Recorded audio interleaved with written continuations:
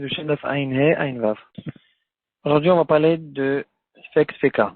Dans un cas où on a deux Sfekot, l'un sur l'autre, alors on pourra, dans beaucoup de cas, être Mekel. La Gemara, elle parle de Sfek Sfeka en ce qui concerne les halachot de Yichus, de Shtoki, Asoufi et Almanatissa. Et est-ce que, par exemple, un Soufi peut se marier avec un autre Soufi, si tu m'as dans la Mishnah? Toutes sortes de halachot de ce genre. Aujourd'hui, on va utiliser cet halakha de Sfek Sfeka dans d'autres cas, des cas qui peuvent être plus proches de notre vie de tous les jours. Par exemple, il y a un des cas de base qui ont été remis dans la poskim sur cette halakha de Sfek Sfeka. C'est une halakha à propos de Yenesech. On sait qu'on n'a pas le droit de boire de vin des goïm. Et c'est une interdiction qui est minatora. Il y a deux sortes. Il y a le vin des goïm, c'est midera banane. Mais le vin qui a été versé pour la avodat zara, ça c'est une interdiction qui est minatora. Et là, la question qu'on peut se poser, c'est qu'est-ce qu'il en est dans un vin où on ne sait pas qu'est-ce qui s'est passé avec lui. Et on se pose la question, est-ce qu'il a été utilisé pour la avodat zara ou pas? Et là, la Gemara elle-même, elle ramène dans Masechet Avodah Zara un cas qui a été tranché avec cet halakha de Sfek Sfeka. Le cas, c'est une histoire que la Gemara elle ramène dans Dafaïn. Elle dit qu'il y a eu des voleurs qui sont entrés dans une maison et on a remarqué que la maison elle a été cambriolée et on se pose la question, il y avait des tonneaux de vin dans cette maison et on se pose la question, qu'est-ce qui se passe avec ces tonneaux? Est-ce que les voleurs ont bu, ont touché, ont utilisé ces tonneaux de vin ou pas? Et là, la Gemara a dit qu'il y a un double safek. Premièrement, on ne sait pas si les goïms ont touché le vin. Même si les goïms ont touché le vin, on se pose la question. Est-ce que les voleurs étaient des goïms? Bien, peut-être que les voleurs étaient des juifs. Si les voleurs étaient des juifs, alors, même dans le cas où ils ont touché, le vin, bien sûr, n'a pas été interdit. Le safek, il est double. Donc, on permet le vin à la consommation. Le Rashba, en fait, il y a plusieurs explications. Pourquoi le Sfek Sfeka, il est mieux qu'un Safek? Le Rashba, il explique que Sfek Sfeka, on peut être Mekel à cause de la règle générale de Achari Rabim Leatot. En fait, la halakha de Sfek Sfeka, c'est un dérivé de la halakha de Rov. Comme on peut s'appuyer sur une majorité pour trancher un cas de doute, aussi le Sfek Sfeka, puisqu'on a deux Sfekot. Et que, donc en fait, même puisque le Safek il est double, donc il y a une majorité de possibilités où on peut permettre cette chose-là, alors on peut s'appuyer sur ça pour permettre. Il y a d'autres explications. En fait, c'est des questions qu'on pourrait se poser. On sait très bien que par exemple, un Sfek Sfeka, qu'est-ce qui en est dans un Sfek Sfeka? Si on calcule maintenant au point de vue pourcentage, on n'est pas obligé de se retrouver dans un rov. Par exemple, le premier doute, on a deux doutes. Le premier doute, il est 90% on doit être mahmir et 10% qu'on doit être mekel. Et dans le deuxième doute aussi, c'est un deuxième doute qui est à part.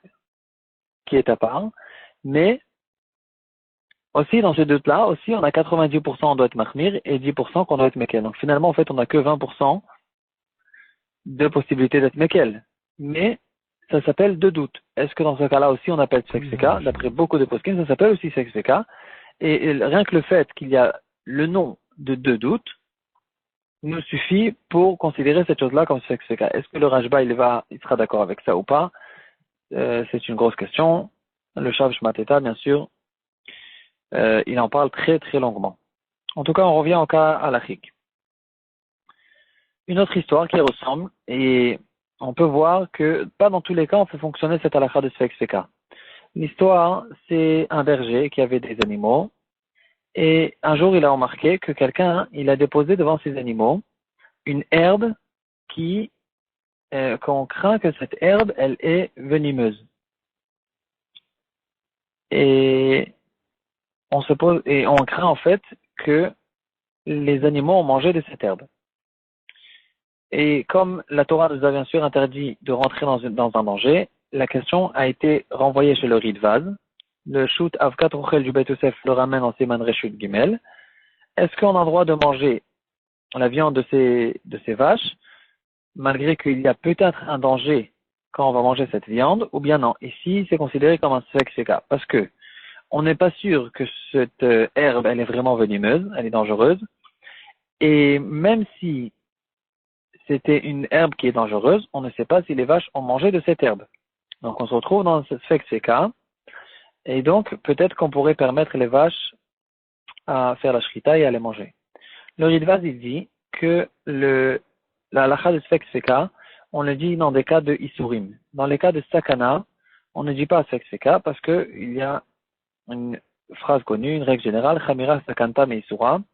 Un cas de danger, on le regarde même encore plus grave, de manière plus grave encore qu'un cas de isur. Et donc si on a retrouvé qu'on a permis un sfek sheka dans un cas de isur, ça ne veut pas forcément dire que on permettra aussi le sfek sheka dans un cas de danger.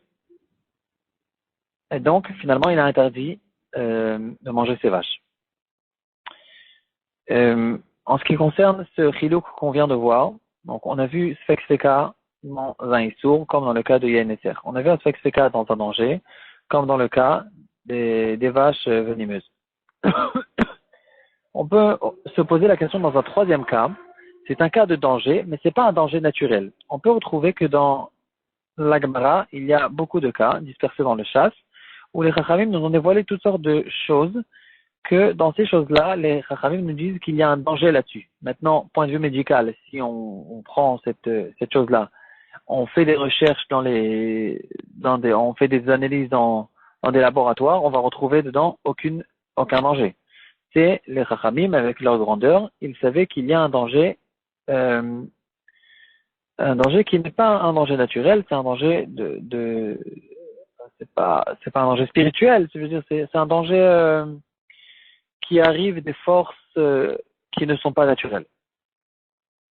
Est-ce que dans ce genre de danger aussi, on ne permet pas dans un cas de sfek sheka, ou bien dans ce genre de danger, c'est un danger c'est pas un vrai danger, c'est un vrai danger, mais c'est pas un danger qu'on le voit à nos yeux. Est-ce que dans ce cas-là, on est mekel dans sfek sheka? Est-ce qu'on considère cette chose-là en fait comme un issour, ou on considère vraiment cette chose-là comme un danger naturel? Cette question a été posée dans la cuisine d'une certaine yeshiva. Le mashgiach kashrut de la yeshiva, il est entré dans la cuisine et il a remarqué qu'il y avait une pâte qui était prête à frire. Une pâte où on fait des boulettes ou quelque chose comme ça, et elle était prête à frire. Le mashgiach, il se posait la question, est-ce que cette pâte est une pâte de poisson, ou bien c'est une pâte de viande? Il a posé la question à plusieurs personnes, personne ne savait, ils ont essayé de sentir, de goûter, personne n'a réussi à remarquer, à savoir si c'est du poisson ou de la viande. Alors, le mashgiach kashrut de cette yeshiva, il a déposé cette poêle de côté, afin que ça ne mélange pas, que cette pâte ne se mélange pas avec d'autres casseroles, ni une casserole de viande, ni une casserole de poisson. Pourquoi?